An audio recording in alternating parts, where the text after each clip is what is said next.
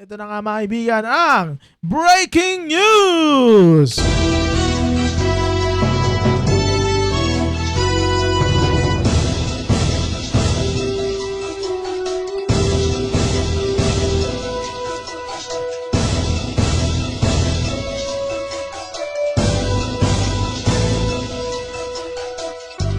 Alice Go! Nakaalis na ng Pilipinas daw!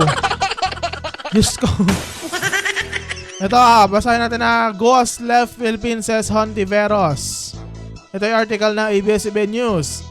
Senator Risa Hontiveros alleged on Monday that dismissed Bamban Tarlac Mayor Alice Go has left the country, which the Department of Justice denied. So sinabi ni Senator Risa Hontiveros na nakaalis na sa Pilipinas si Alice Go, pero sabi ng DOJ, hindi, nandito pa rin siya. Hontiveros said Go entered Kuala Lumpur, Malaysia on July 18. The senator presented the following proof of Guo's supposed entry to Malaysia during a Senate session. So may pinakita siyang isang document na nagsasabi na nakapasok siya sa Kuala Lumpur, Malaysia.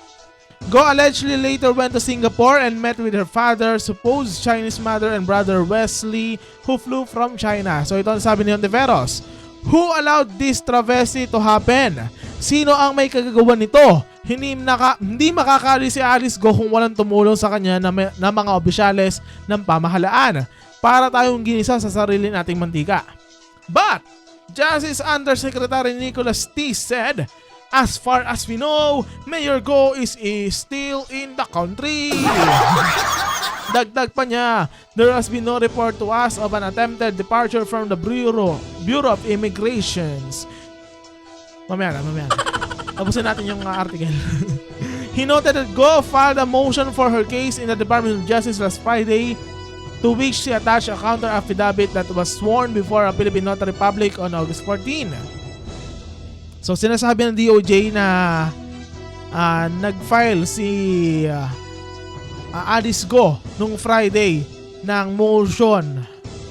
Ito sabi ni Tia, there have been reported sightings from LEAs or law enforcement agencies after July 18, 2024. So natatagpuan naman ng ilang mga law enforcement agencies si Alice Go after July 18. So yun yung claim ng DOJ. DOJ Assistant Secretary Miko Clavano said they would gather information from both the Bureau of Immigration and the National Bureau of Investigation. Sabi niya, this is a case of national significance.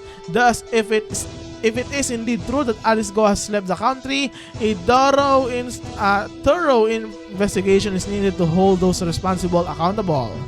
That is not a light matter. Solicitor General Menardo Guevara said he has no info on Go's whereabouts. Sabi ni Guevara, nangyari sa atin, nagmamadali tayo. But the case that we filed against Alice Go will not be affected by her absence, as the court can still acquire jurisdiction over her person through service of process by publication.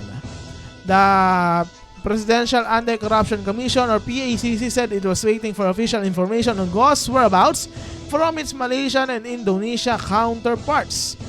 Senator Ravi Tulfo and said Go could have used a private plane. Ayon, ito na mga kaibigan.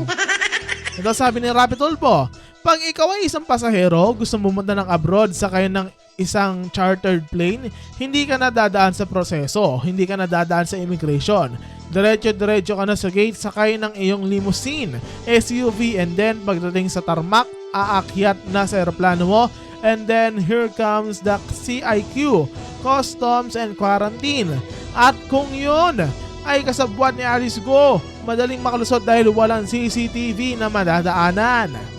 Senator Grace Poe urged aviation authorities to check if its records of Guo's supposed departure. So ito sabi ni Grace Poe, I'm sure we have list if they went to Malaysia.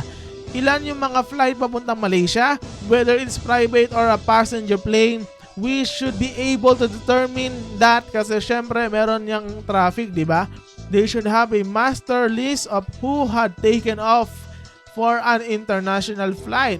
So that's one possibility for us to able to track them. Hontiveros said there was no CCTV footage of Ghost exit. Ito sabi ni Senator Risa Hontiveros. Hindi po na-capture ang image niya sa CCTV so dumano idinaan siya sa spot na hindi mahuhuli yung video image niya. Tama po si Senator Grace, baka may nagturo sa kanya at hindi lang dito sa immigration natin, posibleng sa immigration ng iba pang Southeast ASEAN countries. So yan ang breaking news mga kaibigan. Ako sa tingin ko dumaan siya sa Davao City Airport.